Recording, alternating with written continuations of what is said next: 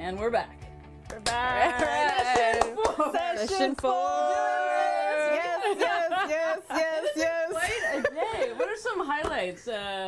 My highlight is definitely Jada Pinkett-Smith. That's pretty crazy. She came, she joined us, she dropped gems, and she exited like a queen. That's what she does. It was amazing. So, those of you that are just tuning in, we have session 1, 2, or 3 that you can check out on our Facebook Live, and we visited Jada. There was a lot of conversations. We went to the Empire State Building. People were making pledges. What is it today? Today's 50-50 Okay. You can tell that I have not slept all week, but I am so happy to be here on 50-50 Day, a global day, a movable feast, where we're bringing people together all over the world. There's over 35,000 events in 60 countries, and everyone is gathering, watching movies, having discussions about what it's going to take to get to a more gender-balanced world. All issues, all races, all ages, all genders, and how it lifts up everyone. And this is a day for everyone to come together. It's been a little tense lately. Let's bring it all together and talk about how to move it forward. Yes. We have the best minds on the subject, some of them. There's so many people doing important work, telling us their perspective on, like, who do we have coming up? We've got, coming up, there's like an amazing conversation with Matt McGorry and Kimberly Crenshaw. She is like one woke sister. Yeah. And then we have intersectionality. She's amazing. And and he's amazing. He asked to interview her, and it's with such admiration and respect. Their conversation was wonderful. Absolutely. And then there's also Sallie Krawcheck with Tony Profit, the guy who runs the equality division for Salesforce. Also another amazing conversation. So that's coming up as well. Yeah. So we have all these amazing speakers, and we're going to go, well, actually, first, I want to thank our sponsors. It's always, none of this would be happening without our sponsors. So Jackie Zahner, David and Laura Lovell Foundation, Refinery 29, Women's Funding Network, April 6th, Red Summit, China Interactive, Susan Morrison, Ashley and Mark Merrill. Thank you for believing in us and making this all happen. It's all free for everyone, which is why we think it expands like this. There's no friction to have this conversation. And let's see, what other things? Oh, I know. We didn't show all day. This is the free discussion kit that everyone gets. Do you want to open up yours? Yeah. Excited. So you sign up, you get this groovy, it's actually, you get the poster, you get cards, and the fun challenge is to design discussion kits for every different environment, whether it's at a corporation, at Salesforce, or it's at an elementary school. And the discussion questions, you know, you have a choice of questions, but they're all about the issues in this. Oh, and what do we have in here? A 50-50 question card. Oh, yeah. What is your relationship to this issue? How has it impacted your life or someone in your life? Well, gender equality affects my life every day because I have a gender, and I don't know anybody who doesn't have a gender. So I guess this impacts us all. Boom. And every day, I guess, my interactions are shaped by how people perceive me, and the interactions I have with other people are probably shaped by how I perceive them. So their perceived level of competence, their perceived level of friendliness, how likely I am to collaborate with them, offer opportunities or be offered opportunities. And that was just one card. That was just one card. That was just the first glance. Oh, and then I have to tell you one thing about the cards. So there's like question cards, and then there's all the issues on the poster. Cool. Okay. So any question card could go to any of these issues that are circles on the poster. So it's a game, and it goes deep, and we spent a lot of time researching how to best approach it. We always show a really great example of something that's working, an example of a best practice where someone moved the needle forward on this issue, so we can all learn from that and model and grow. That's amazing. So anyways, everyone got one of these for their events at their wherever they were, and I think the best part has been just the variety of the different events, and just from like, you know, we went to just like these big events to the really intimate ones where you know that they probably went really deep because there was a small number of people, to, you know, Jada being interviewed by Sarasota Military Academy. And these for folks... The Empire State Building. At the Empire State Building. No big deal. Visiting the Empire State Building, that was very fun. Yeah. All right, and people are watching this at work, at home, at school, with groups. Yeah, and it's the whole concept is let's bring the change where it needs to happen. Let's let you have these discussions where you really want to make the change. And the big thing for today is to make a pledge on how to move it forward. So we launched it's called whyipledge5050.org, a beautiful website action pledge tool. And everyone is making pledges all day. I just saw Justin Baldoni just made a great pledge. You go into the hashtag getting to 5050 and hashtag why I pledge 50/50, and there's so many fun ones in there. It's an action pledge-a-thon. It's an action pledge-a-thon, right? Movable feast, action pledge-a-thon. But all we're asking from you, I love the way you, is like a promise.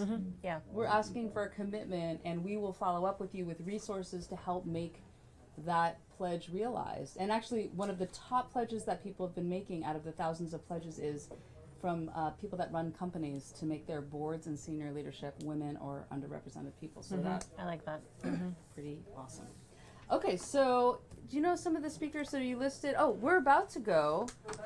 We're about to go to Refinery 29, who's doing the coolest. They're doing like a Moss-style comedians. They're going to all be talking about gender. We love Refinery 29. They're a big part of it. Word Purge. It's called Word Purge. All around getting to 50/50, and they're live. They're ready. Have a great event. We can't wait to watch. Have fun. Have fun.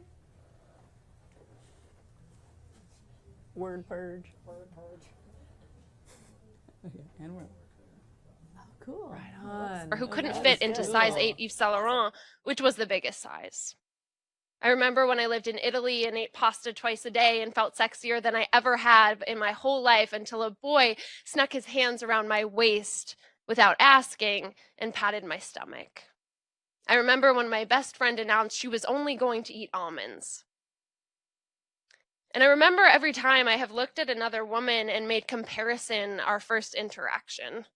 This thing with judgment, this viciousness, this please let me be at least a 7 out of 10, this butter faces, this pretty face with an ugly body, this nipple size and vagina shape and frizzy hair and juicy couture and thigh gaps and G-strings, no gag reflex, and oh my God, you know we're here for only a maybe century.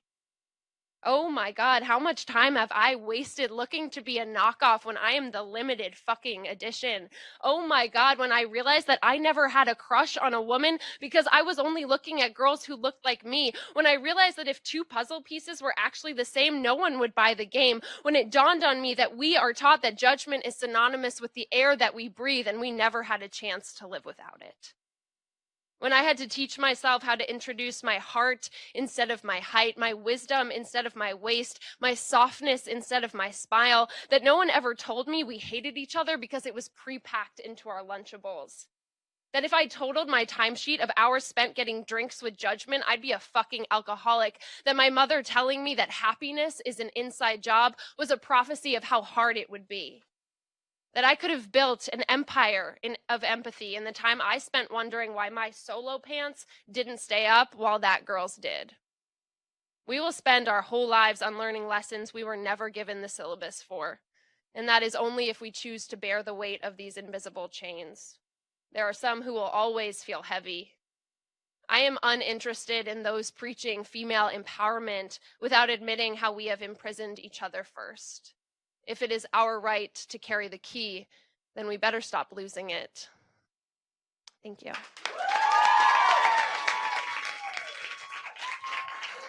Oh, that was beautiful. Keep that going. That was amazing. Great job. That was fantastic. Fantastic. Folks, if you guys are just tuning in, we are here at Refinery 29's first open mic night at the second annual 50/50 Day. We've gathered some amazing talent for you, comedians, spoken word, poems, all kinds of things spoken and circling around gender parity. So, we've seen these 2 great acts, and next up is Natalie Oak. Just kidding.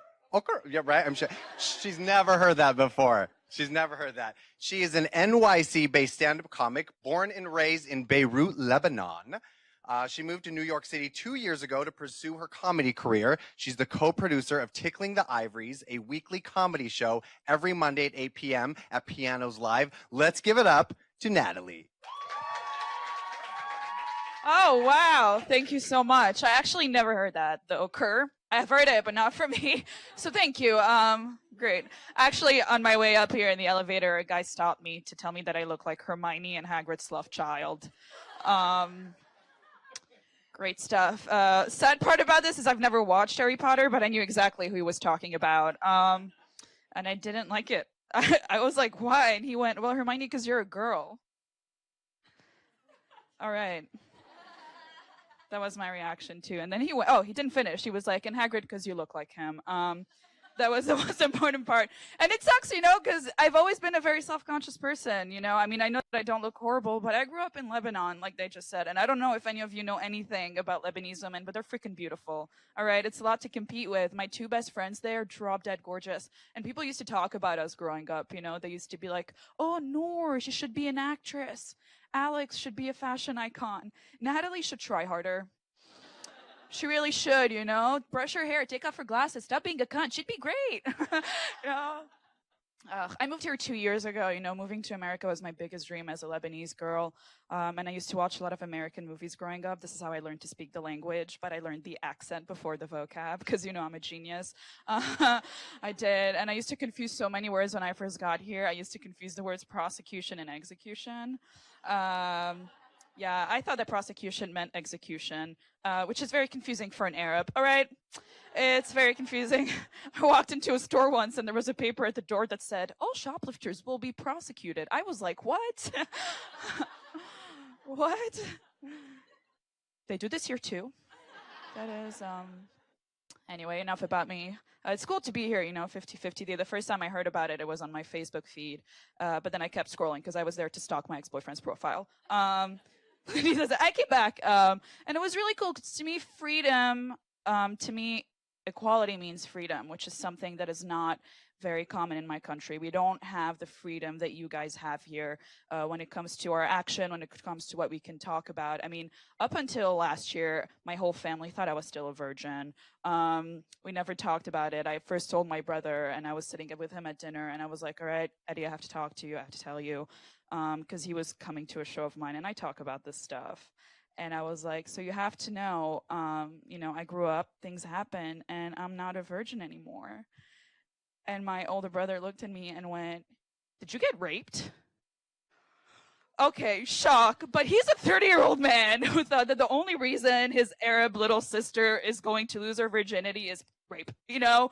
All right, that was not funny. Very sad. You guys are right. To me, that was funny. For some reason, I thought it was. No, but, you know, sex is a very complicated thing back where I come from. Abortions even are completely illegal, something you guys are probably not familiar with. My two best friends 2 years ago got pregnant. Not my two best friends. One of them got pregnant. The other one impregnated her. And she asked me to go with her to get the abortion, which I did. And I don't know if anybody here is pro-life, but in case you are, just know that she came from like a super conservative Muslim family. So if you're against abortions because you're against murder, just know that in her case, the murder would have happened anyway, all right? At that point, it was just a matter of who. So I saved a life. It is. But basically what I'm trying to say is you guys have freedom here. You guys are... My biggest issue is with being able to talk about inequality in America is that I have a lot of problems seeing it, but not the reason. But even though I don't see it, it doesn't mean it's not there. I think the biggest issue with inequality in America is that it's very subtle. But you guys do, as women, all of you here, have the freedom to be able to speak for it, to speak against it, to defend each other. And so use it. Don't go, you know, against one another. Hey, this has turned into a TED Talk. But you know what? I mean it. You guys do it. You rock. You're amazing. That was my time. Give it up for everybody here. That's your microphone. Bye. Natalie, you totally should have a TED Talk. I would watch it. All right, guys. So our next performer is our very own Wendy Steiner. She is a Brooklyn-based, I really hope this isn't a typo, Japanese comic, meaning Jewish and Japanese. While the Los Angeles suburbs raised her, living in San Francisco and New York really aged her. She runs the Weird But Nice comedy show at Halyards and Gowanus, and she tries to make free shows fun again and bring snacks for everyone. Let's welcome our friend, Wendy. Hey guys, how we doing? Yeah, I'm Wendy. I wanted to tell you a little bit about me. I recently took a trip to Japan. Like Nicola was saying, I'm half Japanese and half white, so I thought to celebrate my Japanese ancestry, I'd take this big trip to Tokyo. And to celebrate my white ancestry, I talk about it a lot.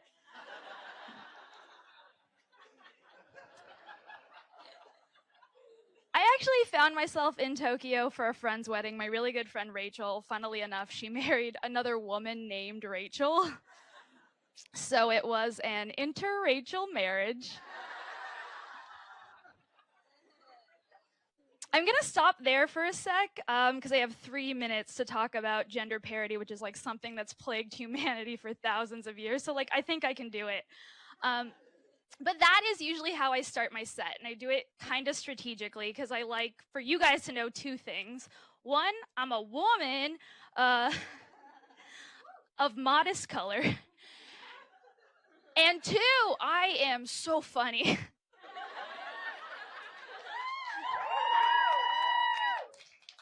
Sometimes people ask me, like, Wendy, why do you want to be in a field that's so male-dominated? And I always say, the sex.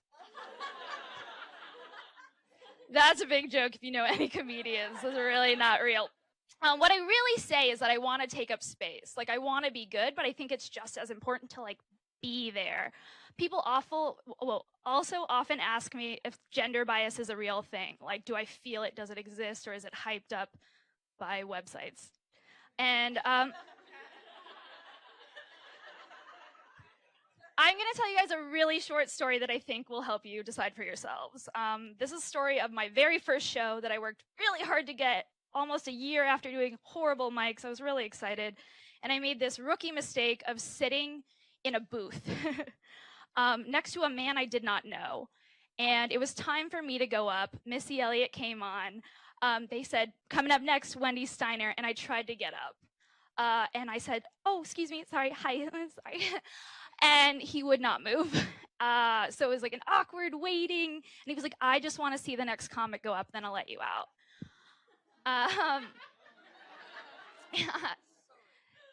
It's a happy story in some ways. I got up there and I had a really good set and I was very proud.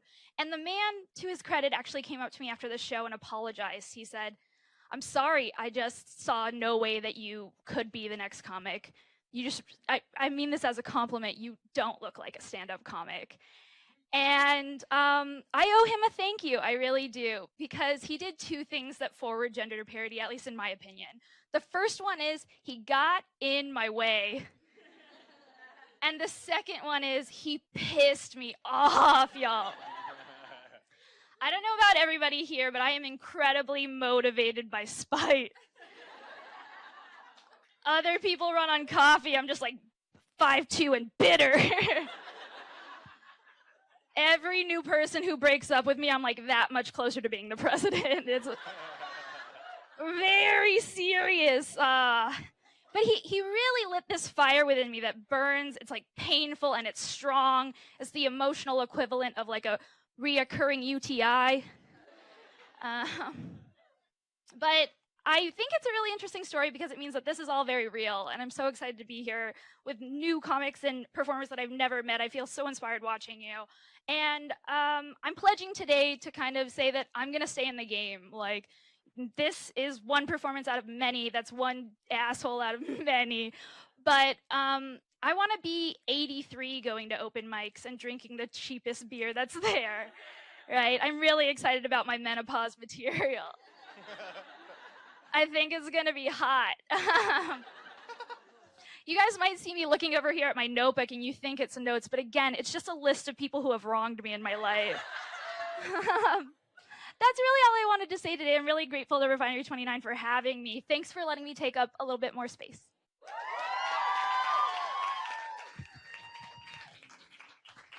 So solid. Thank you so much, Wendy. You're amazing. And we'll drink that cheap beer together when you're in your menopause days. All right. So we are going to keep this fun going with Lorena Rusi. She's a comedian, actor, writer, centaur hybrid whose experience ranges from improv sketch comedy to head writer for Spotify's web series. She's created content in both English and Spanish and has worked with The Late Show with Stephen Colbert's digital team, as well as hosted Chipotle's Snapchat channel. Let's give it up for Lorena. Guys, give it up for yourselves. Look at this. It's a stone. How are you guys doing? Yeah, everybody shops at Warby Parker here. Okay. How are we? My name is Lorena. How are you guys doing? Yeah, round of applause if you've ever been confused for a white man. Anyone here ever been confused for? No? So great. Yep, great. You guys are doing great. Not the right crowd? Not the right crowd for this? I thought a lot of men worked here. Yeah, I used to have a buzz cut. Okay, I had a one on the side and a little up top, right? It was my neo-Nazi haircut. My neo-Nats is what I called it. And I thought that is why I got called Sir a lot, right? You have a similar situation. And so I thought that's why I was getting all these sirs. I look like, short hair. Look, this is a very long crotch. I'll show you. These are real pants that I decided to buy. I saw this and I said, that's me. And I bought them. Are you getting this? This is Facebook Live, right? Evan, you got this? Close up? Great. Is the zipper up? Good, sort of. Okay. And I thought that's why I was getting called sir, right? So I started to grow out my hair. I was like, I'm going to be a comedian. I'm going to be cast in everything. I'm a mom. Started growing out my hair. Went through the pains of growing out my hair. You get it if you've ever had short hair. The awkward mullet that everyone thinks is an ironic statement. Right? Okay. The beanies in the summer. You don't want that. And I finally was able to put my hair up in a ponytail. And I thought, this is going to be the most feminine moment of my life, okay? I am a woman, okay? And I run to the bathroom, put on the ponytail, and I look in the mirror, and I was like, Thomas Jefferson's ghost? I am a man. I look like a man, okay? Some people have resting bitch face. I have resting colonial man face. It's just Roanoke, Virginia up in here. It is just a whole thing. And so it sort of spurred this whole transition, if you would. I had a moment, all right, in the bathroom. My mom is knocking on the door. This is when I lived with my parents. Shabbat shalom. If you live with your parents. I'm not Jewish. Anyway, my mom knocked on the door and she's like, what are you doing in there? I was like, I'm having an epiphany. But I said it in Spanish, which is just in Spanish. That's a Latin joke. Is anyone writing that down? Yeah, good. Okay. Big Latin fan? All right. Reggaeton. This is making perfect sense. Okay. And so I started identifying as more androgynous, right? And I was like, okay, this is like my thing. I'm a gender queer. I'm a gender all-encompassing, all right? She, they, he. I'll take them all, all right? I'm a 6-year-old on my birthday. I'll take them all. But the problem is, you're going through all this, and my number one recommendation is do not hang out with children. Because children will F your shiz right up, okay? They know when you're going through something, and they don't care to not say it, all right? All right? So one day, I spoke at a career day at an elementary school. That was the joke. Oh, no one's hired me in years. And so I spoke at this elementary school, and all these little kids were around. I was like, oh, they want me to be this female comic, but I'm like this lady man. I'm a Justin Bieber in the street and a Justin Bieber in the sheets, I don't know what to do. And so these kids, they come up to me, and they're like, what's the biggest challenge about being a comic? And I was like, well, being a female comedian is tough. And one kid raises her hand, and she goes, wait a second. You're a girl? I thought you were a boy. Also, I thought you were a skateboarder. Which is fair feedback, because this blazer was put on by accident. And so I said to her, I was like, well, I'm like a multiple choice situation, right? Like A through E, whatever answer you want to put down. And then she said, and I'll never forget this, she said, multiple choice, those are my favorite kind of tests. Thank you, guys. That's my time.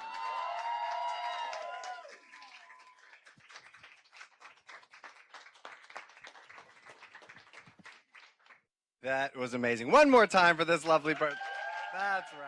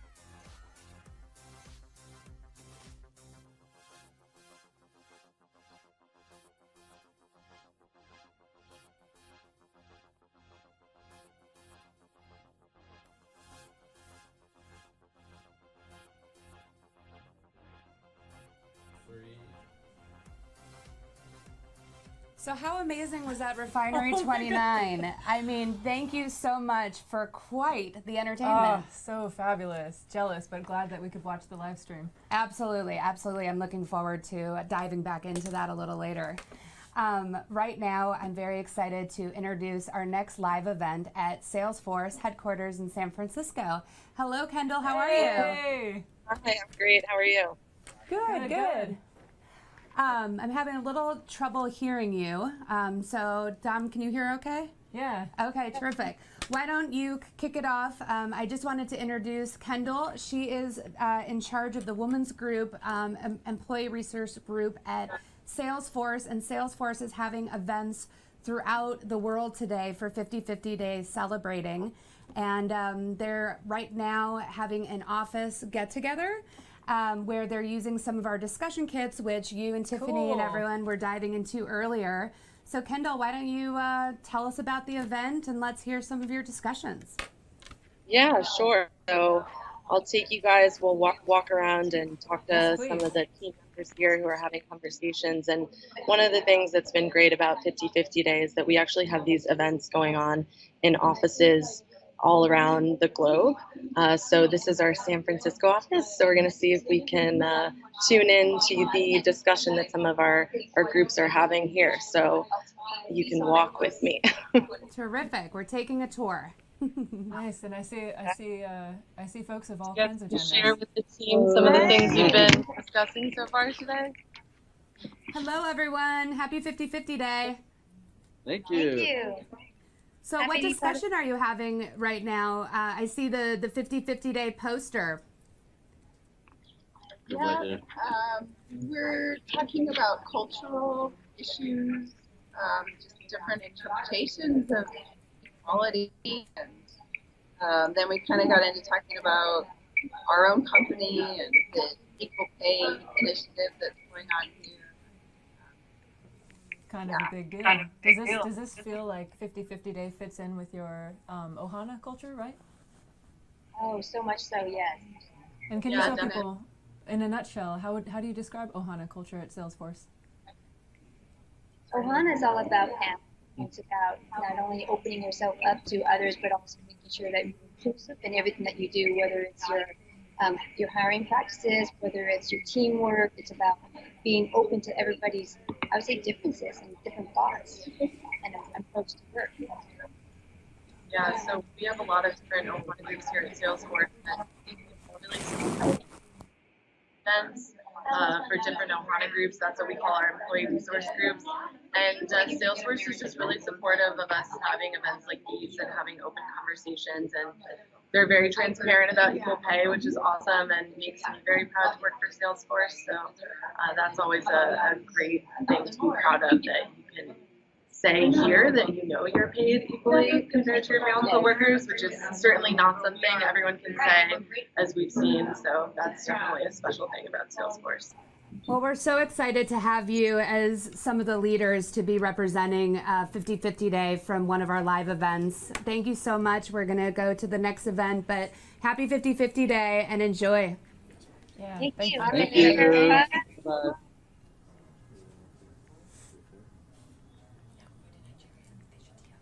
Okay, so now we're going to be jumping to another live event from Nigeria. So this is with O-Kids Studio.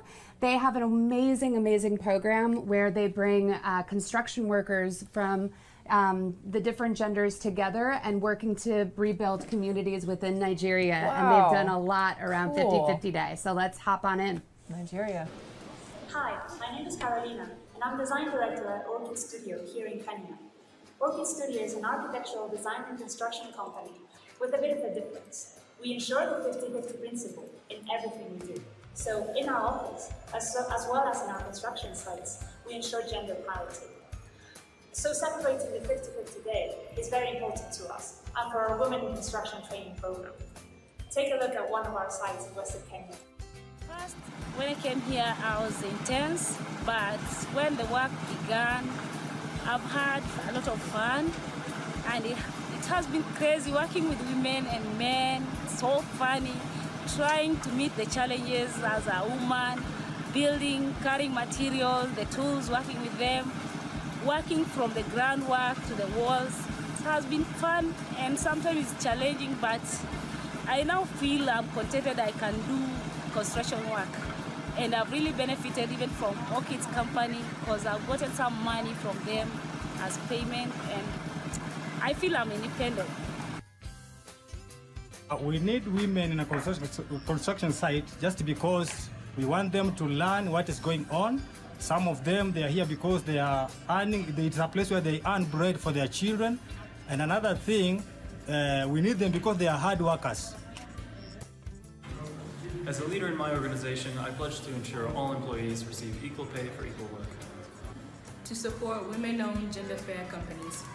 To acknowledge women's character strengths and accomplishments instead of their physical appearances. To speak up when roles of women or underrepresented people are lacking or based on stereotypes. And to make sure my peers have the same career opportunities and support that I've had.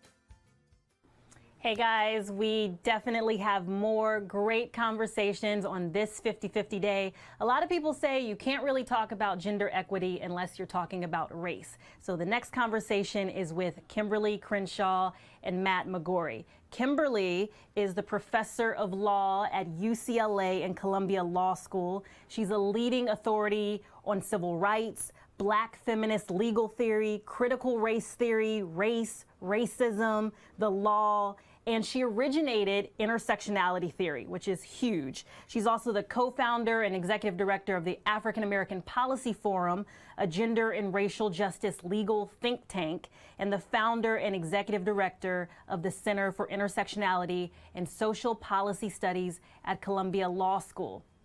Not an overachiever, no big deal. And then we have Matt McGorry. He's an actor, an activist, and feminist dedicated to racial justice and gender equity. He's known for portraying Asher Millstone in ABC's How to Get Away with Murder and John Bennett in Netflix series Orange is the New Black. Matt fights for a world where black and brown lives matter as much as white lives, and where the lives of women, girls, and gender nonconforming people matter as much as the lives of cisgender men. So Matt and Kimberly, thank you so much for being here. And we're just going to turn it over to you. Matt, you're talking to Kimberly, so we're just going to observe and learn something. Me too.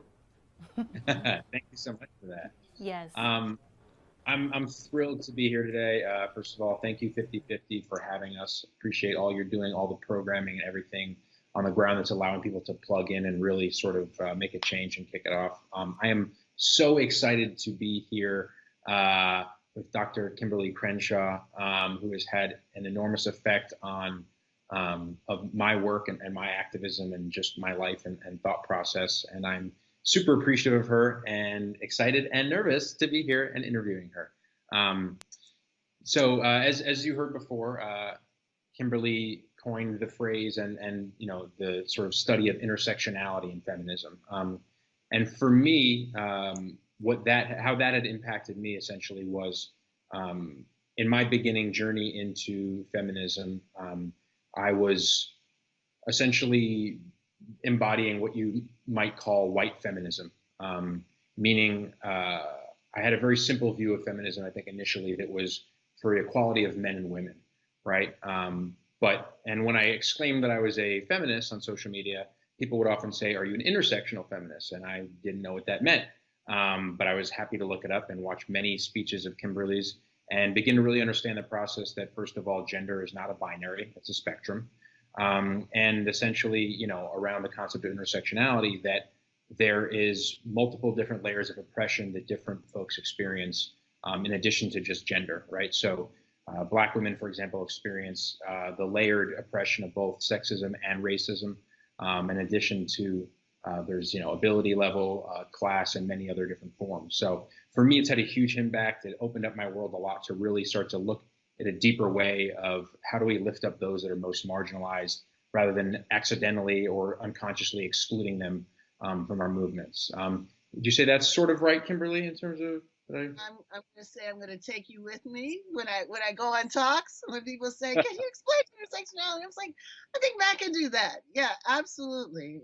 And it's really exciting just to see where intersectionality has traveled. The 30th anniversary of the first article in which I wrote about intersectionality is coming up next year. I'd say for 25 years, it kind of circulated in a very small, circle of activists, of international feminists, of, feminists here in the country. And over the last, 5 years or so, I've seen intersectionality being taken up more broadly, including, by you. So it's really a delight to be in this conversation, and I'm looking forward to seeing where intersectionality goes from here. That's awesome. Thank you so much. And thank you for your work. That being said, rather than continuing to talk myself, I would like to ask you some questions and hear a bit about your brilliance. So from starting that, you are a lawyer. And the first question is thinking about really what role will the law play in ultimately creating more gender equity? Yeah. Well, one of the things to remember about the law is that the law plays both a role in lifting up some barriers on the basis of race, of gender, and other identities, but also sometimes constituting those barriers. One of the interesting things about intersectionality and sexual harassment is how those two things actually came together to create a new idea about what the scope of discrimination is. So a lot of people don't know two things. They don't know that sexual harassment was initially not illegal. In other words, people were of the mind that men would be men and women would be women. When you get them together, whether it's in a workplace or something else, certain things were going to happen. And that included behavior that we now understand as harassment. Initially, courts said, what's the problem here? We don't see the problem. So it took some very courageous early plaintiffs, and those plaintiffs were disproportionately African-American women. So when you think about sexual harassment law, you have to think about people like Sandra Bundy or Michelle Vinson, two of the first women who said, look, this isn't just boys will be boys. This isn't just the natural way that men and women relate. This has a legacy associated with it. It's a legacy of the harassment and the discriminatory experiences that many Black women in particular had at their place of employment since we arrived on these shores. So they were the very first to actually say, not only is this not legitimate, this is illegal. This has got to be considered discrimination.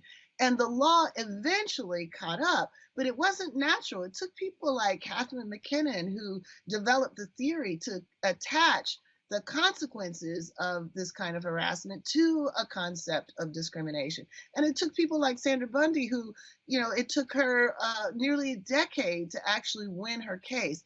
And even when she did win her case, she was subject to all sorts of abuse and harassment, even attempts to harm her physically in her place of employment. So what it tells us is a couple things about law. Sometimes law actually facilitates discrimination by failing to prohibit it. That's how law has functioned over the larger portion of history.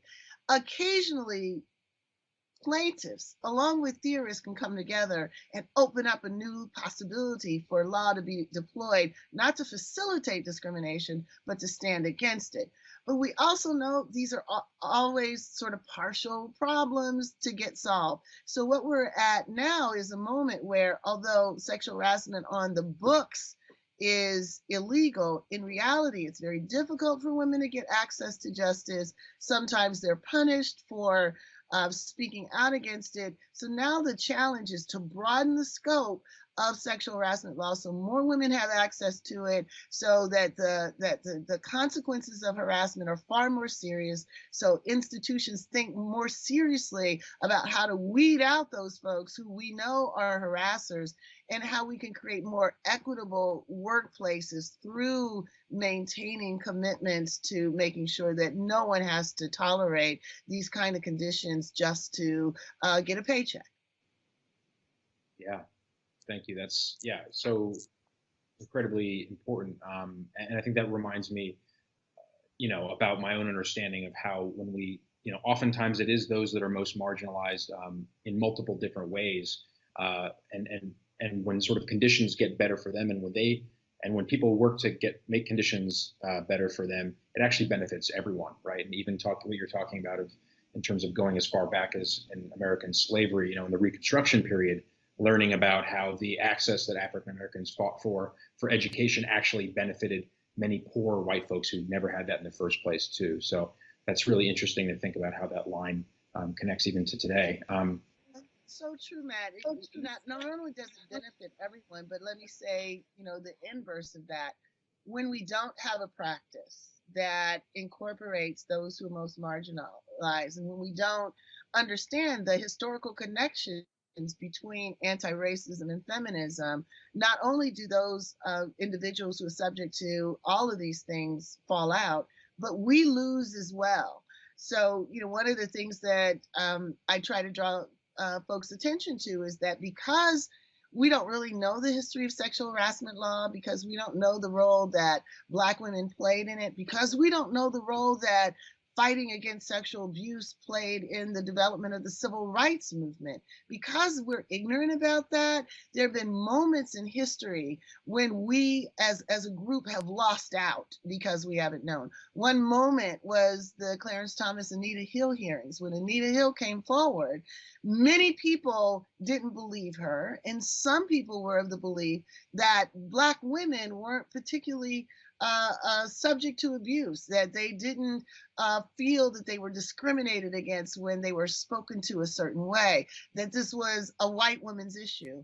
And many people believe that, so many people believe that many of those folks called up their senators and said, you know what, we believe Clarence Thomas is being subjected to a high-tech lynching. You've got to confirm him. Now, the consequence of that lack of history is that, number one, we got us has gone on to undermine the entire civil rights infrastructure. I even say that as a consequence of that, that may be why the last elections turned out the way they did.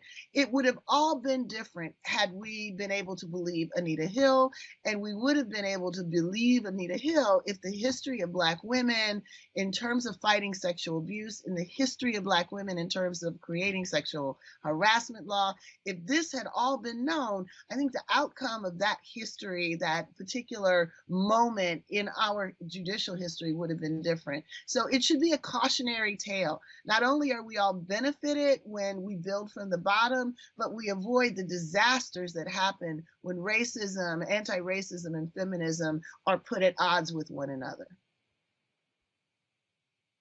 That's so important, and I appreciate you doing that link.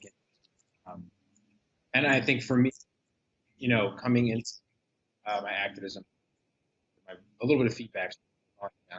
I think I add that I think most people in positions of privilege were often capable of unconsciously people without actively centering them and really going and seeking real leadership from these direct experiences.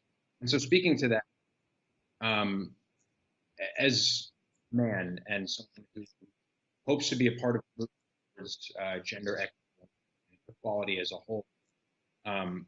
People ask me sort of what role men can play. I often find myself offering my perspective many times, talking same thing that women say for a long time, and hoping that men a little more because of sort of unconscious bias sometimes they refuse to sort of accept. So hearing it from you, I would love to hear the role of men and showing up in spaces, and how we can uplift the work that women and gender are doing as well.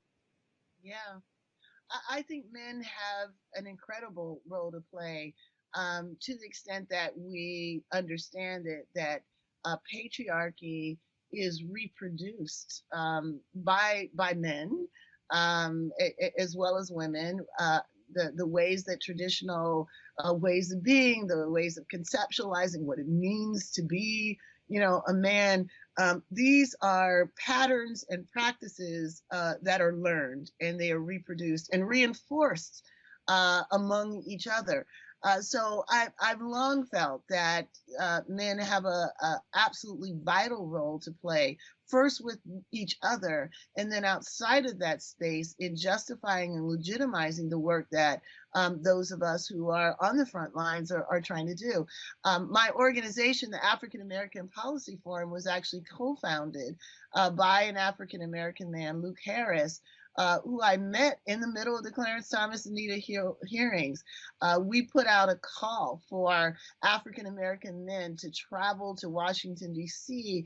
and to support Anita Hill against the efforts of Clarence Thomas and others to wrap sexual harassment into a package that made it seem as though this is an assault on Black men. And it was important to have Black men to come and say, not in our name are you going to be able to justify harassing behavior against a woman, any woman, and especially a woman who shares a part of the racial justice legacy. We put that call out, and 2 African American men showed up, and Luke Charles Harris was one of them. Consistently, we have found that when we have those few men who are willing to step outside of the zone of what it means to be, a man, and to narrate what it was like while they were thinking about their own issues only through a lens that focused on them, we're able to learn more about how patriarchy reinforces itself, how anti-racism wraps itself around patriarchy, and what are the doors that can be opened to bring people out of it. So one of the things that Luke Charles Harris talks about a lot is that he knew a lot about the struggle of men like him. He knew a lot about the history of fighting for racial justice through a prism of endangered Black manhood. What he didn't know and what he didn't connect is to the stories of his own mothers. His one mother who raised him on welfare, his natural mother who was chemically dependent and lived a life that is the life that happens to poor Black women when they are addicted. And none of his frameworks were useful to illuminate the context of their lives. And when he started thinking about it, he thought, what? I have a social justice politics that doesn't even include the people who sacrificed everything to make my life possible. How can that be legitimate? And that's what began his reading and his interrogation of the frameworks that he had and his engagement with other men. Some of the most important work that can be done after one self-interrogates and understands the limits of one's own viewpoint is to be the one in the barbershop who says, actually, that is not a legitimate way of thinking about our interests. To be the one on the basketball court or in the locker room who actually disrupts the assumption that we all think this way, what's wrong with you? That's courageous work, and it's also absolutely essential work, and we need allies both among men and among members of the white community to be willing to do that. I appreciate that, and I agree. I think we're talking about even the patriarchy and its men too. And that saying that liberation is liberation of others is exactly true. And when I came into this, I believe that I was doing it for women or for color, but the deeper I've and the greater my understanding, I realized that my humanity and my life is actually based on challenging these systems as well. I'd love to ask one more. Have time? Do we know?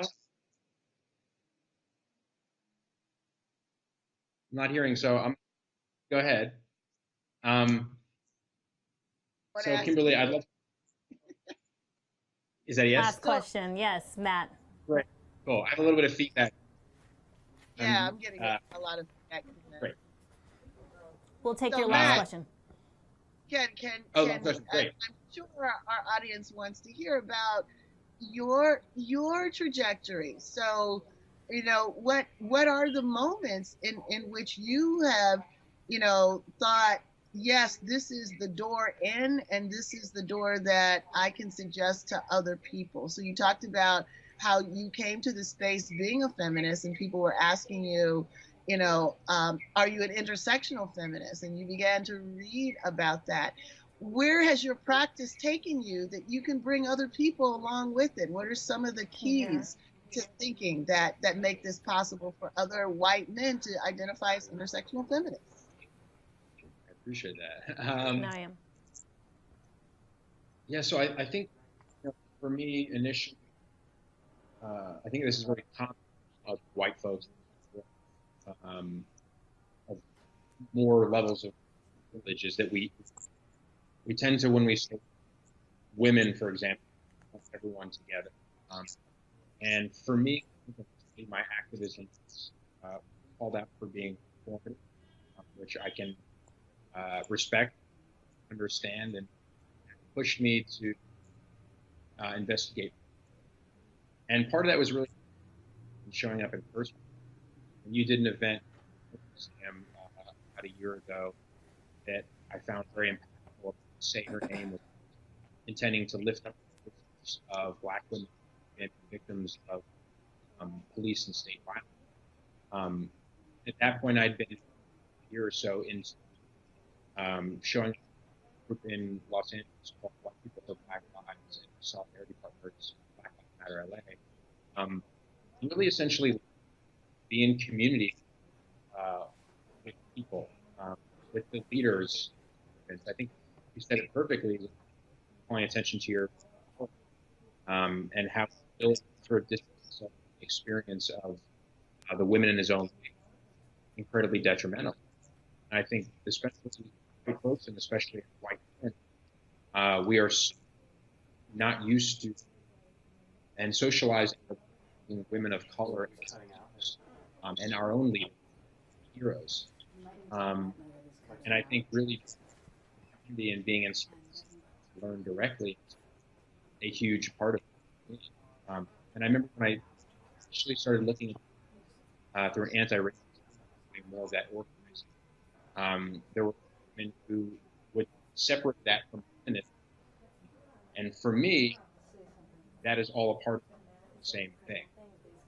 If Black women and Black women people, it's just weird. And Black trans are impacted by state violence, then I have to be willing to look and work against that in order to make sure that the world is equitable. So I hope that sort of answered it. Continuing process, really. Matt, your mic is kind of going in and out there. It's going in and out, but we were able to catch the gems and the nuggets that we needed to catch. We're kind of running out of time, but what I do want to say is that we are so appreciative for you both being with us on 50/50 Day and staying woke. I mean, if people wanted a woke conversation, this is the one they need to listen to and repeat and play, because you guys are both incredible. So I just want to say thank you, Dr. Crenshaw. Thank you, Matt, so much for being with us on 50/50 Day. We appreciate it. Thank you for having it. Yes, absolutely. Thank you. So guys, we're going to continue the conversations. That was amazing. You're probably going to want to play that one back. And coming up, we're going to have even more.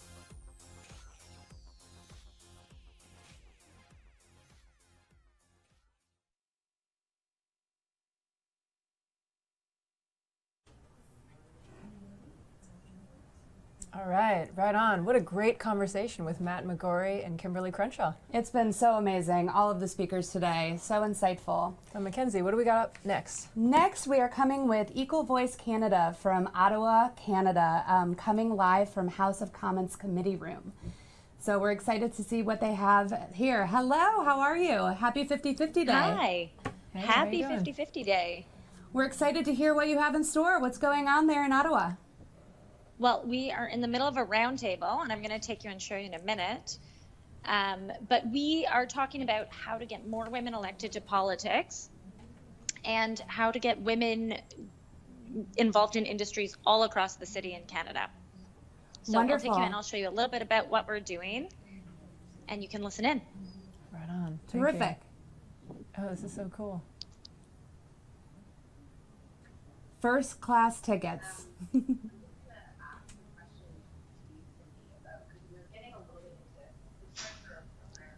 It's Not a sure if little you can hard to see hear. it. Yeah, it's a little hard to hear, but we get the idea of the roundtable. We'd love to hear just really quickly who are some of. Hello, wonderful to see you all. Wow. Would love to hear about some of the panelists that you have there, and then we're going to jump to the next event. But any people you'd like to So mention? we've got a candidate for city council, a member of parliament federally. Wonderful. We've got Jennifer Flanagan, who runs a really incredible education not-for-profit. We've got some media, some journalists, some female staffers working in politics, lobbyists. We got the whole gamut. The whole kit and caboodle. Well, I love it. Thank you so much for coming to us live. I'll let you get back to your event. But, you know, we know that Canada is a leader in the gender equality space. Give our love to Justin Trudeau out there. Thanks so much. All right, take care. Thank you. Bye. Awesome. So the next live event that we're going to be going to is our amazing partners, Quizlet. They're one of my favorites. They have created these amazing study guides for our 50-50 Day materials. And so we are here with the CEO. Hello, Matthew. How are you? I'm great, Mackenzie. How are you today? Happy 50-50 Day. Thank you. You too. What's going on over there? Tell us what's shaking. Well, so we just did a showing of the film and then had a discussion about the film and got some people's thoughts out. And now we're using Quizlet. So as you mentioned, we partnered with you to create some great high quality materials about the film, about the topic of gender equality throughout history for use in schools, for teachers, for students, for all types of groups. And so we're actually playing a game of Quizlet Live with the whole company to dig deeper on the topic and get everybody involved. That is so great. And for our listeners out there, if you go to 50-50day.org, you can actually see, find the Quizlet materials. Something crazy is going on over there. It's a party, I guess. That's wonderful, Matthew. It was so great checking in with you. How many students and teachers do you work with worldwide? It's a lot. So there are over 30 million people that use Quizlet every month, and that's students and teachers all over the planet from all different age ranges. And so we're really excited to, our mission is about bringing equality into education and making sure that everybody has access to great learning tools. And so we couldn't be more excited about partnering with you to bring this amazing content to the globe. Well, we feel absolutely mutual. Thank you so much, Matthew, and enjoy the rest of your day. Thank you. Thanks, Matt. Absolutely. Thank you very much. Thanks for letting us participate. Thanks. All right, up next is Tiffany's going to come in and say hello. We are coming live with our New York City correspondent, Zammy. She's at this event that, of course, I wish I could be at, and Hi. the ERA Coalition's event. Oh, hi, Zammy. Hi, Zammy. So are you gonna? I need to have. Can I borrow your ear? Can I borrow your hearing? Yeah, do it. May I borrow your hearing? Tell her to go and get the introduction from Carol. Can you go in to listen to the introduction by Carol Jenkins? We're so excited to hear that. And let everyone know we're going to be streaming it later today. We're going to be streaming this amazing panel and conversation about the importance of the ERA Coalition later today. But right now, if you can take us over to the intro, that'd be fabulous. Yeah, so I'm going to walk into the room very quietly because it's echoing. So she's doing the introduction, and later on we're going to have three amazing panelists. We've got Patricia Arquette, who famously called for equal rights in her Oscar-winning speech a few years ago. We've got Carol Rob Lesser-Mann, who heads up the ERA coalition, who wants to pass that Equal Rights Act. And we've got Nevada State Senator Pat Spearman as well.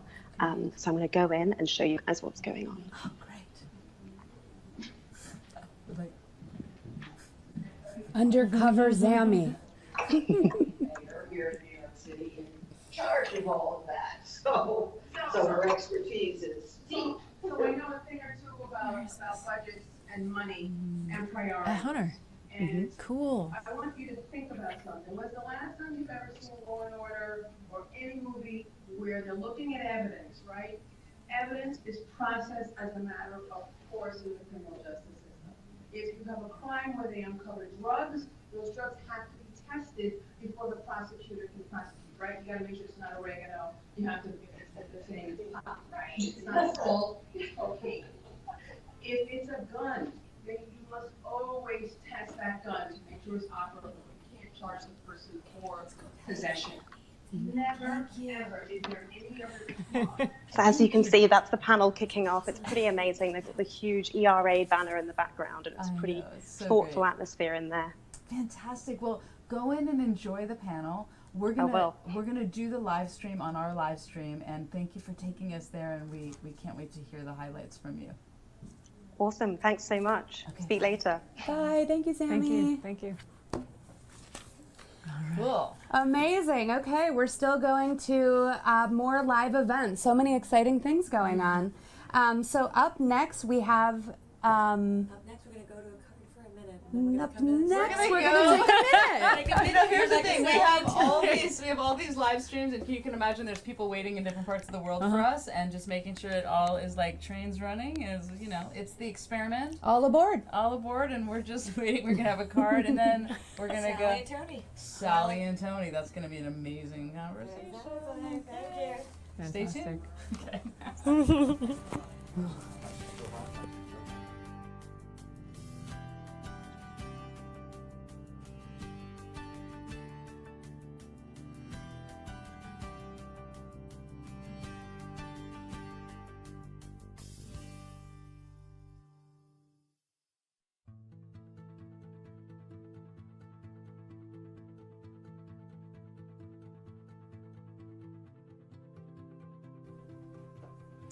Hello guys, and welcome back to 50/50 Day. If you've been tuning in since this morning, then you know we've had amazing interviews and the party continues. So right now we have a very special interview. It's with Sallie Krawcheck. She is the CEO and co-founder of Ellevest digital investment platform for women.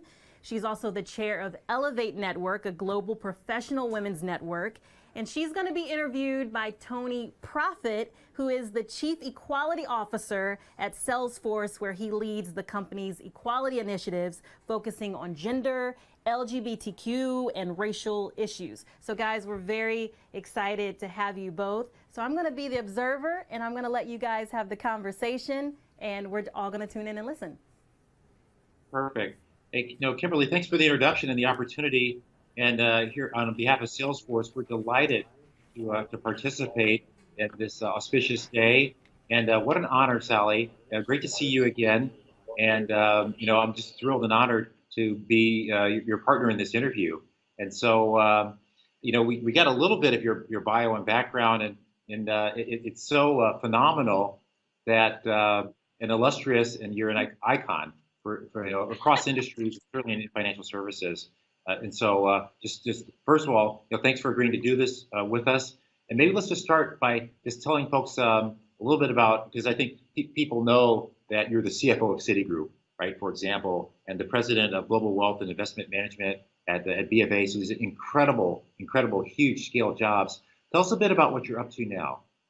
Yeah, so well, first of all, thank you for having me. It's such a pleasure to participate, and it's such an honor to be interviewed by you and to be in partnership with Salesforce.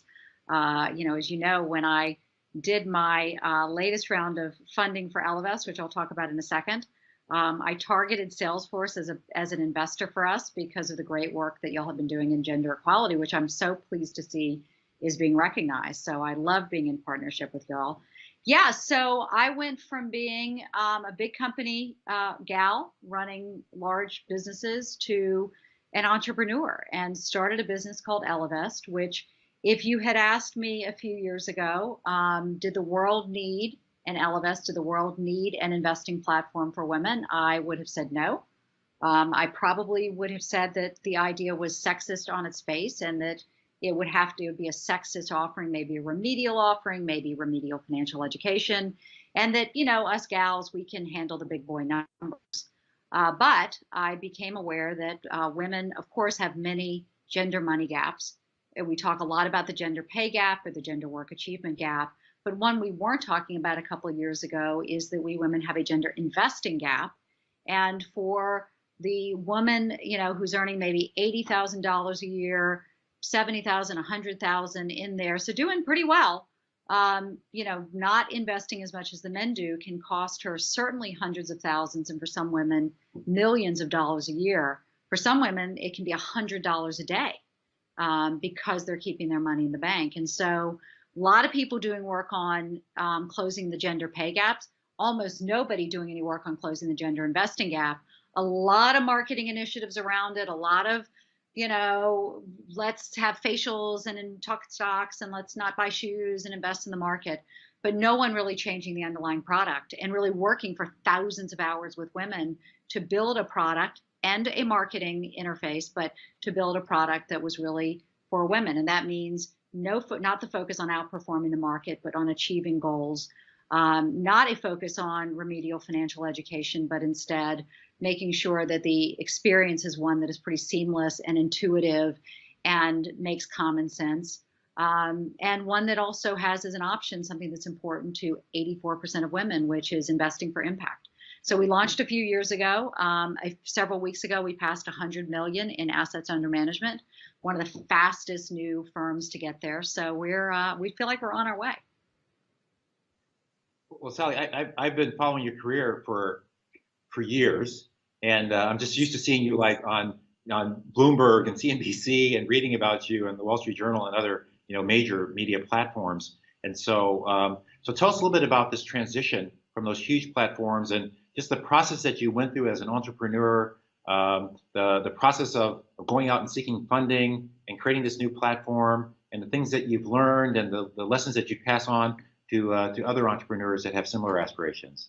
I have 1,000 stories. You know, it's funny because I never really saw myself as I'm a big company person. And in fact, started my career as a research analyst where I sort of like to say, if I didn't do it, it didn't happen. So I wrote my own research, I built my own models, I called all the clients, I set my own trips. So I didn't really start as, you know, I need to have a bureaucracy or you know, sort of infrastructure around me, but I certainly got used to it. When I left Wall Street, I spent a lot of time thinking about what was important to me. And I tried to be really, really honest with myself. Was it important to me to manage a whole bunch of people? Was it important to me to have a big office? Was it important to me, you know, to have the assistant and the car and all that stuff? Was it important to me to make an impact? And what I found as I went sort of deep in it is the most important thing to me was to make a difference, make an impact, make noise. And the great thing about the business world today is you don't have to be a big company in order to make a big impact and make a lot of noise and make a difference. You know, it used to be you had to have a big, you know, marketing budget in order to advertise on ABC, CBS, or NBC. Those were your choices. Today, with social media, you can have no marketing budget. And if your idea is a good one and your storytelling is compelling and what you're talking about is interesting, all of a sudden you can impact thousands, hundreds of thousands, millions of people. So when I noted to myself, that's what mattered to me. And I also said to myself that I didn't think of myself as a professional manager. That wasn't what was important to me, that I really liked digging in. And most of what, you know, the writing you see that comes out of Ellevest is from me. I write the weekly newsletter, for example. And so it didn't bother me at all. In fact, I really enjoyed getting in deep and getting my hands dirty. And I love growing companies. And so the idea that I would be able to pull together a team and we would be able to create something from nothing was really interesting.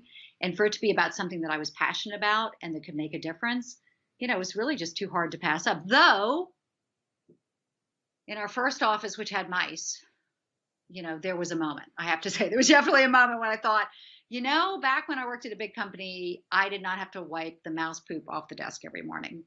That was a bonus.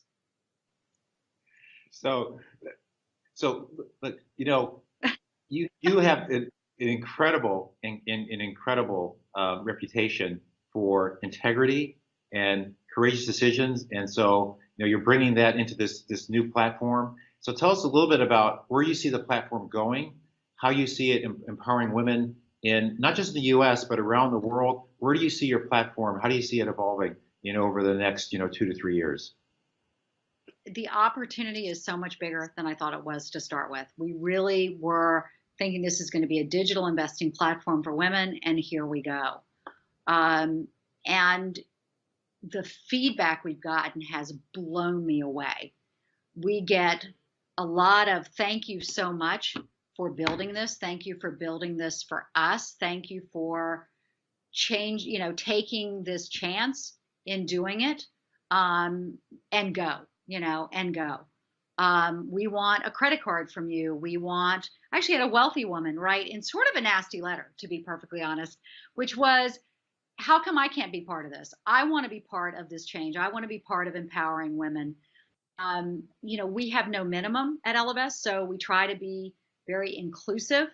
And so this wealthy woman said, I want to be investing some of my money so that some of that, the profits that you make from that, can go to women who can only afford to invest $5 and $10 and $15 and $100, which I know you don't make money on. I'd like to say, for women, inclusivity is the new exclusivity. We're hearing from women, I've been with an advisor for X number of years. We pay 1% of my assets, and they don't pay attention to me. And I want to be part of supporting other women and supporting the business. So it has been beyond my wildest dreams. So I think the sky's the limit, that we could add additional capabilities that women are asking us to add. We don't have any plans for going overseas right now, but I have to tell you, not a day passes that I don't get an email from somebody. I spoke to somebody, a CEO of a bank in Italy a week ago, Australia 2 weeks ago, someone from Japan literally today, where they're saying, we want this. Because when you back up, money is power. Women don't have as much money as men do. Therefore, women don't have as much power as men do. If anything has happened over the past few years post the election in the US, this is becoming obvious, the importance of money. If you look at the Me Too movement, if you look at the Time's Up movement, at their core, there was sort of there was sort of a theme of money running through it, because who are the women who can afford to speak up? It's women who are not necessarily financially independent, but financially stable. And it's the women who are not financially stable who have to remain subjected to that kind of behavior. And so what we're doing here is more than just investing. It really is giving women a voice that they didn't have before, and a voice that, frankly, society had told us, that didn't belong to us. Well, this notion of equality in a 50-50 world of, wealth parity, pay parity. I think, as you know, Sallie, that's been something, equal pay for equal work has been an important part of the principles that Salesforce is working to stand for. And, it's a continuous journey, but we're working hard every year to make sure that everyone inside of our company is paid the same for the same work. And so maybe tell us a little bit about the future, and imagine this future of wealth and pay parity and some of the benefits of that. And what's your aspiration for the world, this 50-50 world? Be amazing. It's going to be amazing. And what we all need to remember is there is nothing here that's good for women that's bad for men. Put another way, what's good for women is good for the world. It's good for the society. It's good for the economy. When women build wealth, they put more of that money into their communities. They put more of that money into their families. They give more of their wealth as a percentage basis than gentlemen do to nonprofits. So the ripple effect is tremendous. I love what we've done at Ellevest. I only sort of I really thought about this recently. We have Salesforce is one of them, which is an impact fund. We have a couple of others. Rethink Impact is one. We have a number of women investors who funded the company. So we have Impact and Women funding Ellevest. which helps women invest. And part of what we've just rolled out are impact investments, which the Ellevest impact portfolios enable women to invest for a fair and market return and to drive positive social economic change by advancing women. Now that always seems a little odd. Women, so I'm going to invest in women. Well, right now you're investing in men. So it's okay to, sort of diversify that a little bit and invest in women. So look at what we've done. Women in impact, investing in a company run by women to help women invest in other women. What an amazing string that's happening here.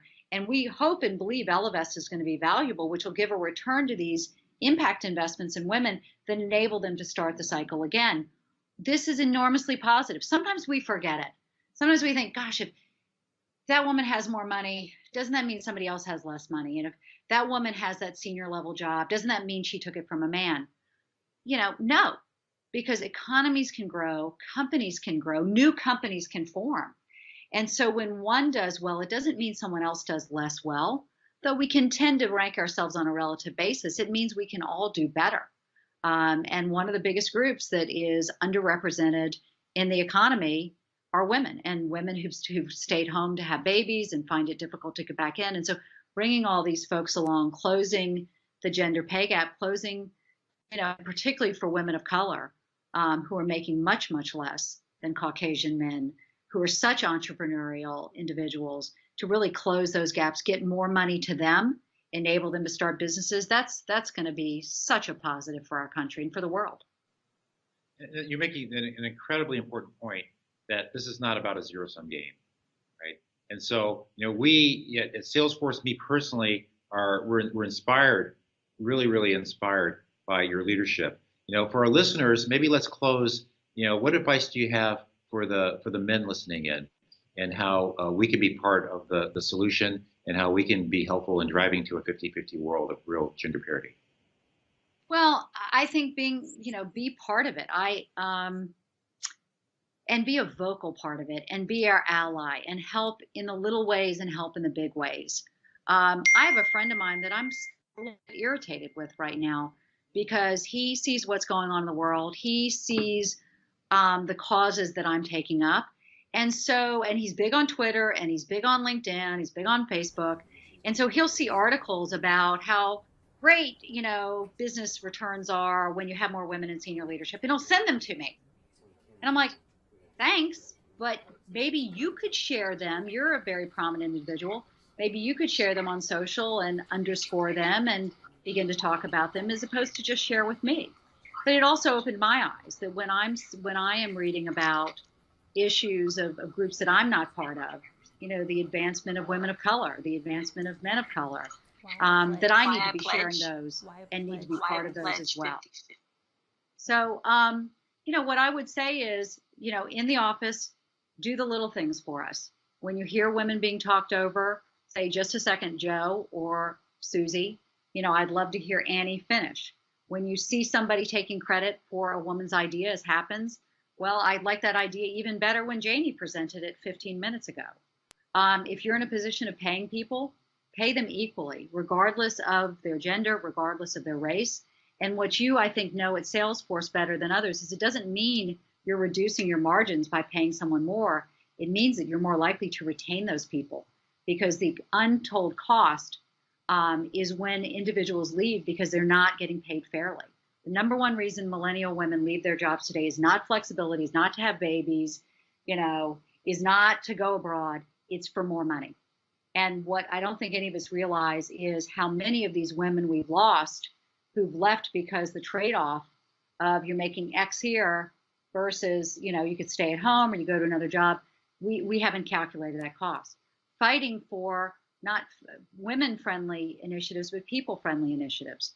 Mandated, paid parental leave pays for itself in the first year.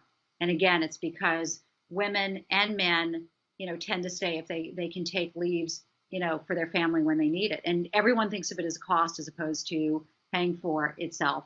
So the subtle things, the big things, and then, shouting it from the rooftops and being a vocal ally to us rather than a, you go girl, I'm with you. Awesome, you guys. Well, so we're incredibly grateful for your leadership, and I'm personally inspired.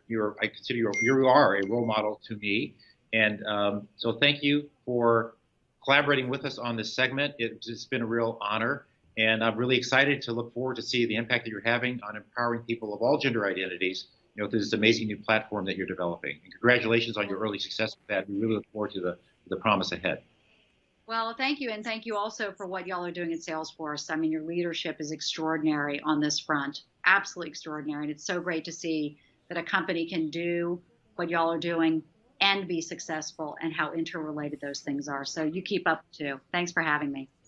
Sallie, Tony, just want to say another thank you from the 50/50 team. We're so happy that you guys could join us today, and we're inspired. And for the people watching, make sure you make your pledge. You just saw that conversation. You can pledge to invest in women, or whatever pledge you come up with. You can go to whyipledge5050.org, and we'll be back with more good stuff.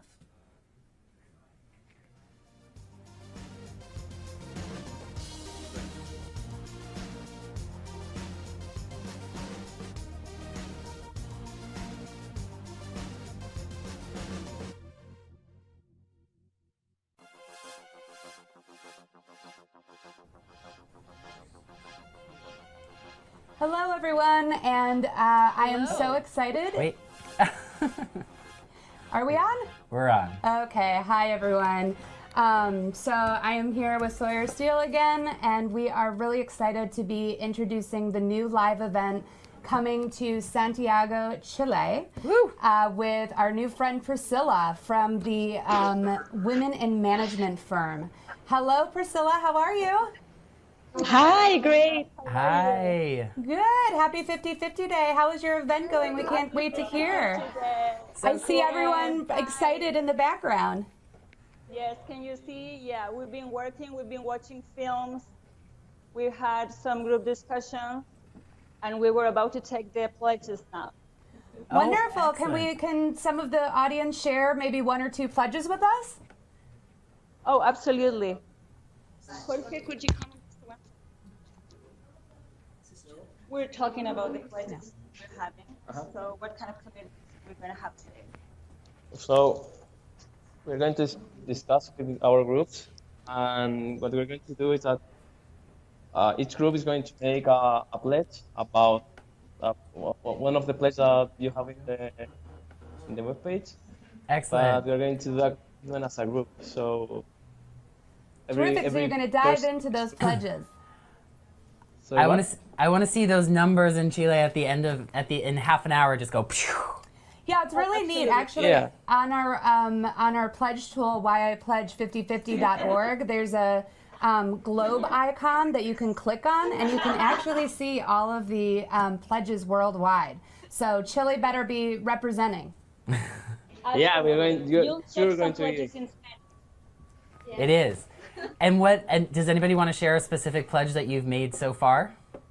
Or you're just about to do the pledges? I'm not ready with that right now, so maybe you have to give us like 5 minutes, and we'll be done with that. That is very cool. Well, we look forward to seeing those. And tell us a little bit more about who we're talking to. What group is this, and how many people? It looks like a great crowd. Yeah, we're Women in Management. We are a group of 10 professionals that we are focused on helping women to get more managerial roles, specifically women from 30 to 50 years. And we also work as a consultant company to help companies that want to make a strategy related to gender equality. Today we made this event. We invited everyone who wanted to come. We actually have a younger crowd than we're used to, but it's been great. We watched the film, and now we're having discussions. And we had many discussions about gender equality and the domestic role of men and women, and how we can all support each other, because we don't believe that the care of the children or the elderly or the domestic duties in our house are just to women. We believe that men can act and help them to increase in our professional career. Absolutely. We couldn't agree more. That is amazing. Well, thank you so much, Priscilla, for coming to us live from Chile. We love having that international perspective, especially today, and we wish you continued success with your event, and we can't wait to see your pledges. Thank you so much. We love the work that you do. Absolutely. Thank you. Thank you. Happy 50/50 Day. Bye, everybody. Thank you. We're going to be rushing over now to Rochester, New York, the birthplace to New York. Chile Here to we New go. York, exactly. The birthplace of Susan B. Anthony and Frederick Douglass. I think that we are actually at another event. Hi. Oh. Wait, hold on. Where are we now? I don't know. Let me see here. Are we at the Woman Leading Change celebration in Rhode Island? You are at the Women Leading Change. Okay, we're in Rhode Island. We're in Rhode Island right now. Is this Kelly Nevins? Hi, Kelly. How are you? Kelly Nevins. Hi. How's your event going? So far, so good. So we're just getting started in our program, but I'm going to have my camera person pan the room. We've got close to 170 people here to talk about women leading change and gender equity in sports is our theme this evening. So in the crowd, we've got professional athletes. We've got a boxing champion. We've got a kickboxing martial arts Hall of Famer. We've got Olympic runners. Our MC for the evening is a female sportscaster in Rhode Island. So we've got some really exciting things that are happening tonight. That's fantastic. You know, actually at 4:30, we have a speaker, Nancy Hogshead Maker, who is talking all about the Safe Sports Act. So that might be an exciting thing to stream fantastic. there. Yeah, for sure. So tell us more about your organization as a whole. I mean, it sounds like you've just gathered an incredible roundup of people, but who's at the head of all of this? So I run the organization. Our mission is to invest in women and girls. We do it through research, advocacy, and grant making and strategic partnerships. Our goal is to advance gender equity through systemic change. And we do a lot of really great things, not the least of which is training women to run for office, research on the status of women and girls in the state. We do negotiation skills workshops. We run a program called the Women's Policy Institute that teaches women about how they can enact policy change in the state. So yeah, it's really exciting, and we've got a great crowd here. You're amazing. We are super excited to be partnering with you, and I just am even more excited to keep the conversation going throughout the year, to keep posted on your wonderful work. Two things from that. Make sure that everybody there makes a pledge through our Why I Pledge 50/50 tool. And secondly, we need to get more of your resources. So every time people make a pledge, we send them resources to help them reach that pledge. And so many of the things you just mentioned are part of the pledge tool. So we've got to get those resources into our resources. Thank you so much. Awesome. Have Thank a you great so day. much, Kelly. Have a great event. That was fun. That was fun. What amazing resources. What a great event. We've got one more that we're going to go to quickly. One more? Okay. And So then we've which got one do another we speaker, but have up? Or is it going to be Rochester? Is it going to be the New York City Public Library? It'll be exciting. we are at the New York City Public Library. Is that Leslie? Yes, it is. Hi. Hi, Leslie. You're a little... We're really excited because we... Yep. Can you hear me? I can hear you. You're a little blurry, but... Uh-oh. Can we talk in this? Can you hear me now? Yet. Didn't go no, through not that this? system. I don't know why. It's going through the system. Okay. All right. Well, we can hear you. That's okay. What's going on at the New York City Library? Oh, well, we're very excited. You have to... I don't think I'm on the screen there. Okay. Hi. Whoops. The wrong way, maybe. Okay. We're here in the New York Public Library on 53rd Street, across the street from the Museum of Modern Art. And we have with us today a very exciting presentation from the ambassador of Slovenia to the United Nations. And her name is Darja Bavdaz Kurat. And she has a lot to say about Slovenia and the 50-50 situation in Slovenia that I think will be exciting for people to hear about. So without further ado. Hello everybody. Thank you very much to Leslie and Francesca and Teddy for this opportunity to speak about the position of women and 50-50 in my country. Let me say that I'm coming from 2 billion people. That is best with natural beauties. We're having a little bit of trouble Okay. hearing and seeing you. Yeah, I think we're having a little bit of a tech hiccup here. Yeah, we're having a. Should I continue? There There we go. Yes. Okay. So I'm coming from a 2 million people country where it is blessed with the natural beauties. However, we are, as I said, only 2 million people, so we have to. Okay. You know what? Well, I'm sorry. I'm so sorry. I'm we so just can't excited to see her. hear what you're saying, but unfortunately, it's just not coming in clearly. Our production team is trying to figure something out, but we might. Yep, looks like we might be losing you.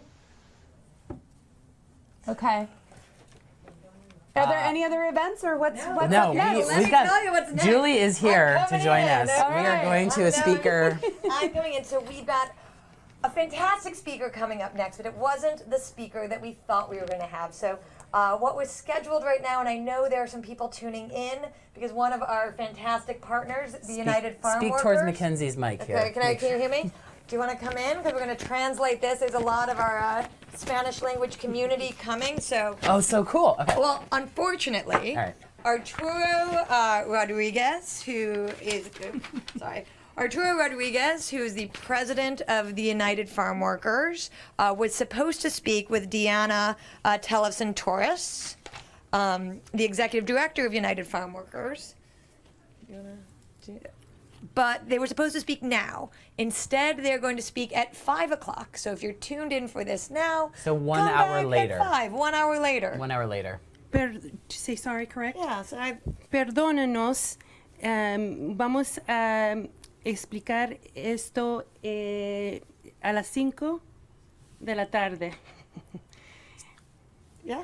Okay, great. So up next, we're gonna cut to a minute break, not even, and then we'll have an interview with Abigail Disney and Kimberly Brooks coming up next. So, and then after that, Nancy Hogshead Makar talking about the Safe Sports Act. She's an Olympic gold medalist. It should be really interesting. And then Arturo from the United Farm Workers. So thank you very much, everyone. Thank you, Julie. See you then.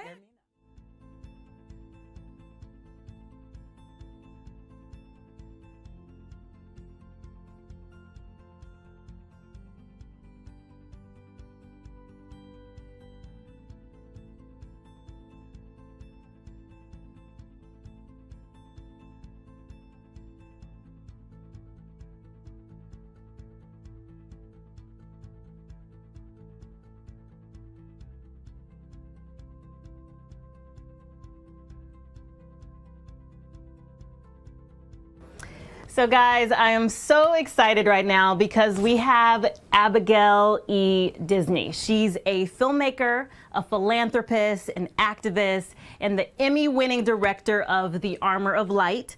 As CEO and president of Fork Films, the documentary production company behind the groundbreaking Pray the Devil Back to Hell, War and Peace, in the PBS series Women, War and Peace, Abigail is committed to stories that create dialogue across the divides and move the needle on social change. Additionally, Abigail is the founder and president of Peace is Loud.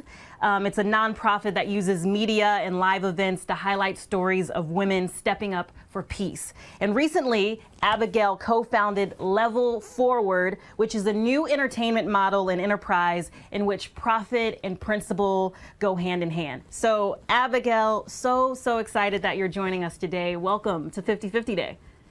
Thank you so much. Glad to be here. Yeah, so you are so many things. In fact, on your Twitter page, you also say you're a man-loving feminist banshee. So you have all of these, all of these different titles and accolades. But if you strip away all the labels, who do you think you are? Who do I think I am? And you're not asking that like, who do you think you are? Yes. Right? Yes. Okay. not in a bad way, in the best way. I fight for peace.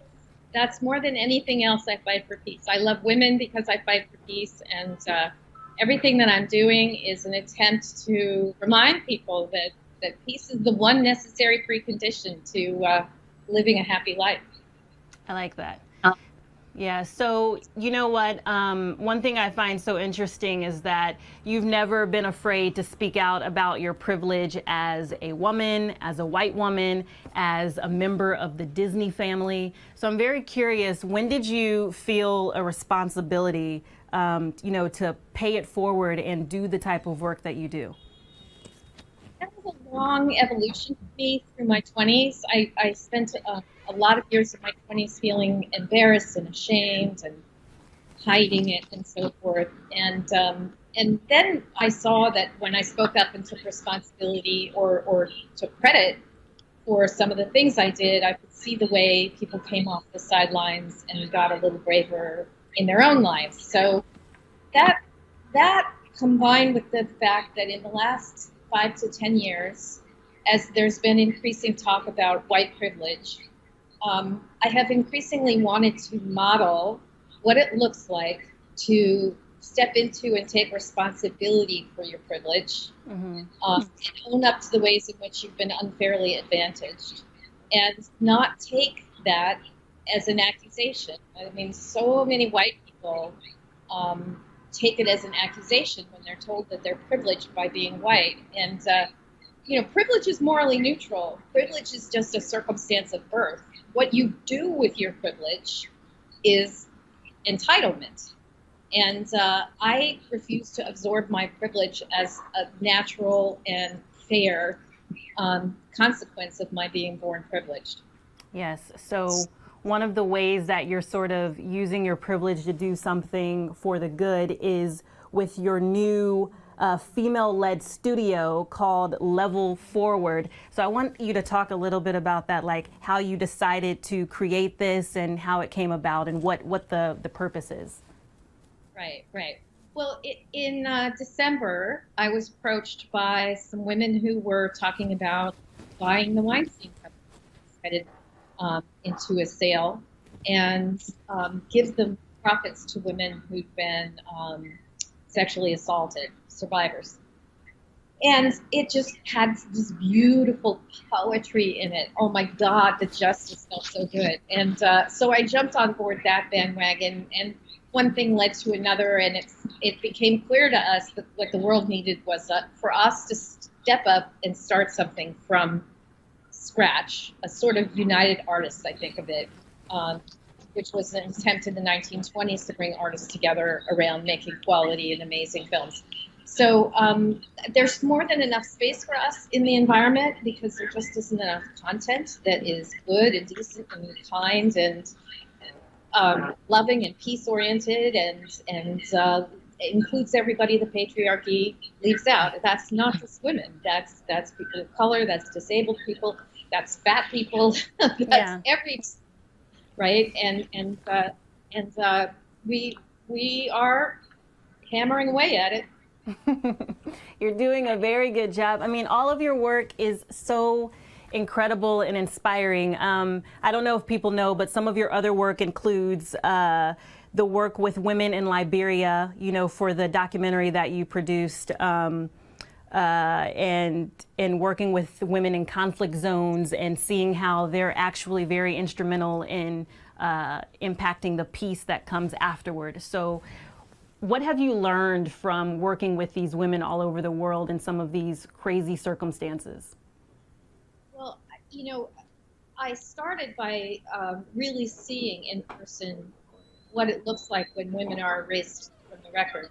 When I got to Liberia, it was about 3 years after their peace movement had happened, and it was just disappearing into thin air.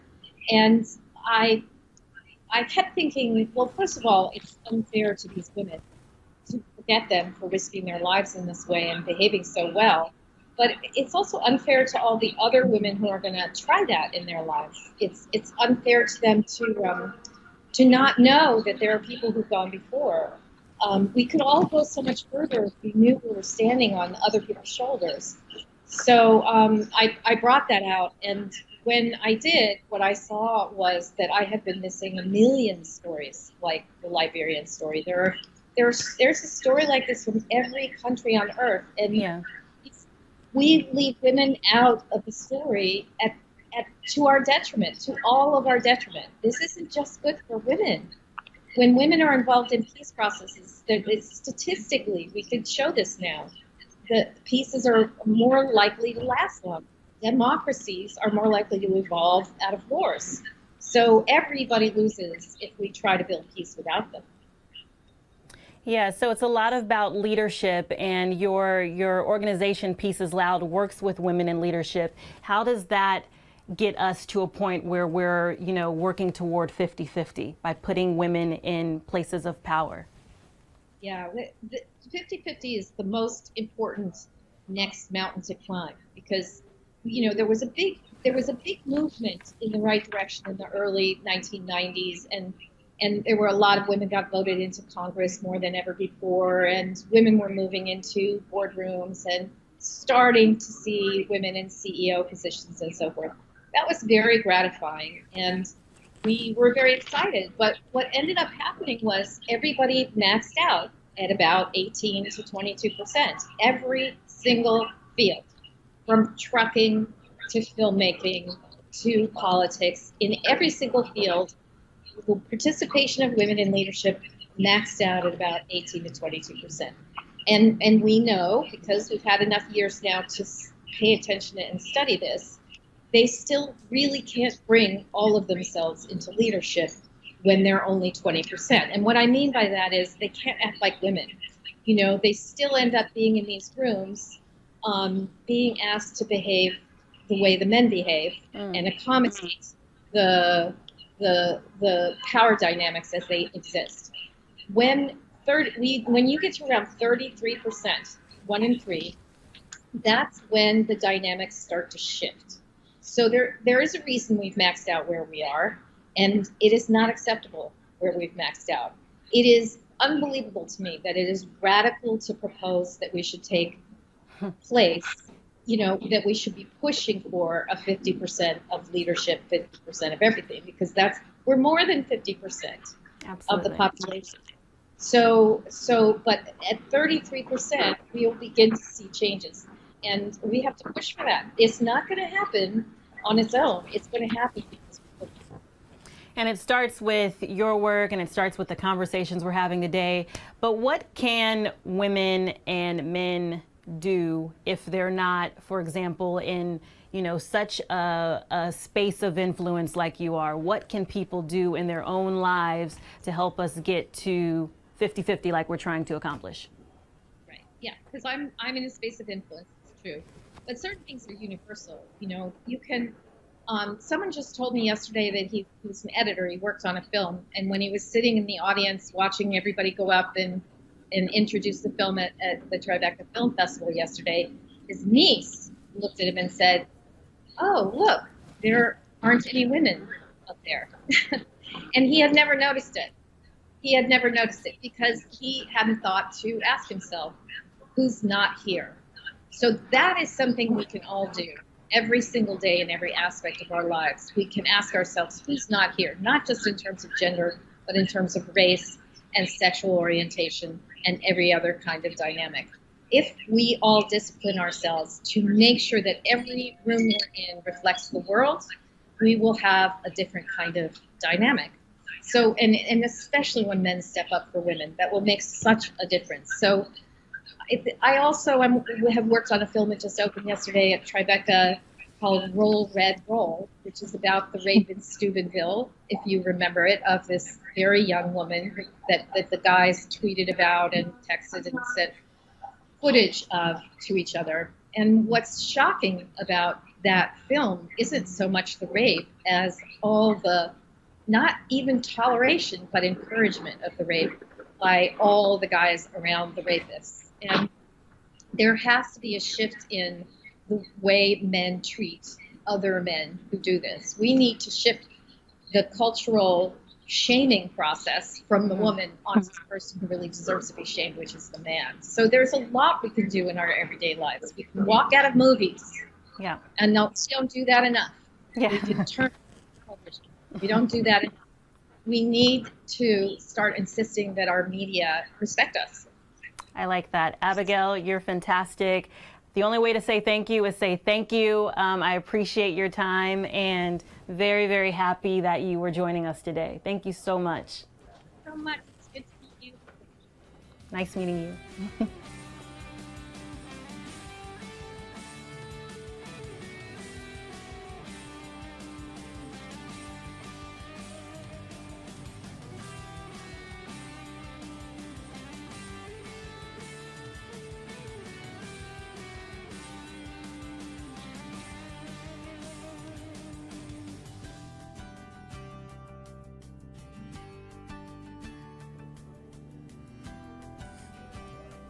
Hello, hi, welcome back to 50/50 Day. We're very excited to head over to this next event, which I just saw a tweet about, and it started to make me cry because they were talking about the screening and they were crying, and I don't know, I'm really excited to hear about Vision 2020 in Philadelphia.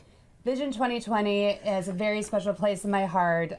They are one of our largest partnerships, and I'd love to introduce Kathleen Mcfadden, the communications manager at Vision 2020. Hi, Kathleen. How are you?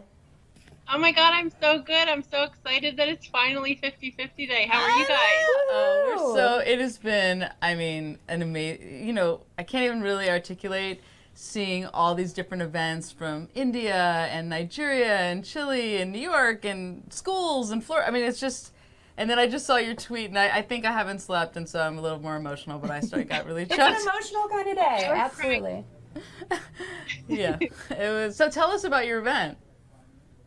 So, well, coming here from Philadelphia, we are a national organization, so we do have some delegates and allies around the country hosting events.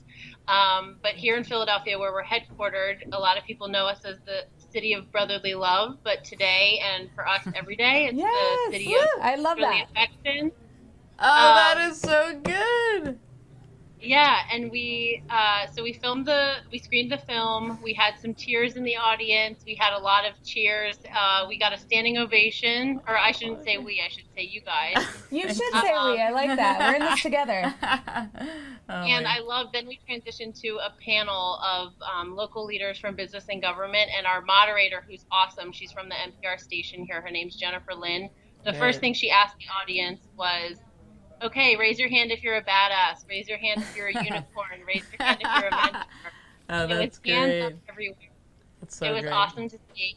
And so right now we have a panel of 4 people talking. I'm actually going to try to show you. I'm in this weird sort of overlook. Yeah. That's a so surprise. Cool. That's nice. I'm going to stand to the side. There's our crowd. There's our panel. That's awesome. Cool. And one of our favorite quotes was from Joseph West. He's the Chief Diversity and Inclusion Officer for Duane Morris Law Firm nationally. And he said, there's a huge difference between diversity and inclusion, and people don't really get that. Diversity is when organizations really just want to diversify their workforce, and it's the workforce. But inclusion is the workplace, and it's making sure that those people feel authentically welcomed and involved in every decision at the table. Will you email that to us? That's such a beautiful quote, because we're doing these quote cards. I definitely will. I'll tweet it too, because I know we're being Twitter friends lately. Yes. I think that's a wonder. I haven't heard it described that way, and I think it's needed. That definition needs to be out there wide. So thank you so much. One last thing before we wrap, I just want to make an announcement that at your event, you're declaring Philadelphia 50/50 Day today. Yes. It's a big, oh my God. So we had City Council officially designated today as 50/50 Day throughout all of Philadelphia. So it is officially resolution, and everyone's celebrating. And tell us about Vision 2020. I mean, tell everyone listening what you do and what your mission is. Sure. So Vision 2020 is actually a women's equality coalition that's based at Drexel University here in Philly. We have delegates and allied organizations. I'm one of your delegates. I am.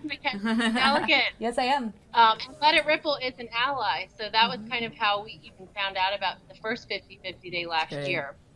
So we do a lot of programs like this to raise awareness for women's equality and gender equality. But we also, as you can tell from our name, we have a focus on the 2020, which is the year of the centennial of the 19th Amendment, which gave women the right to vote. Yeah. So planning a lot of good stuff in the year 2020 here in Philly as the birthplace of democracy. I hopefully love everybody. that. Yes, I know. I was thinking a lot when I was just thinking about this moment that we're in, and we're 2 years away from 2020, and the ERA and where we are with that, and it's just such an interesting moment. Like we're just over the that's what our goal is with this day, is to really let's go there. Let's accelerate the pace of change and do this, because so many people want it, and then we just need to show the people who don't know that they want it that they do want it, because it'll make their lives better. Yeah, even in the last year, we've seen so many people, with Me Too and Time's Up, they really are way more excited. I already see the acceleration in just less than a year. So we're super excited for 2020, and so glad that you guys are helping to spread the word on such a global scale. Well, it's just a pleasure, and thank you for all the great work that you do, and that event sounds amazing. And how cool that Philadelphia, my husband's from Pennsylvania, he's going to be very happy that Philadelphia is officially. Thank you so much. Thanks so much, Kathleen. Happy 50-50 day to you all in Philly. Bye. Bye. Okay, we're at the end of the live stream, people, so you can kind of wrap that up. Wait.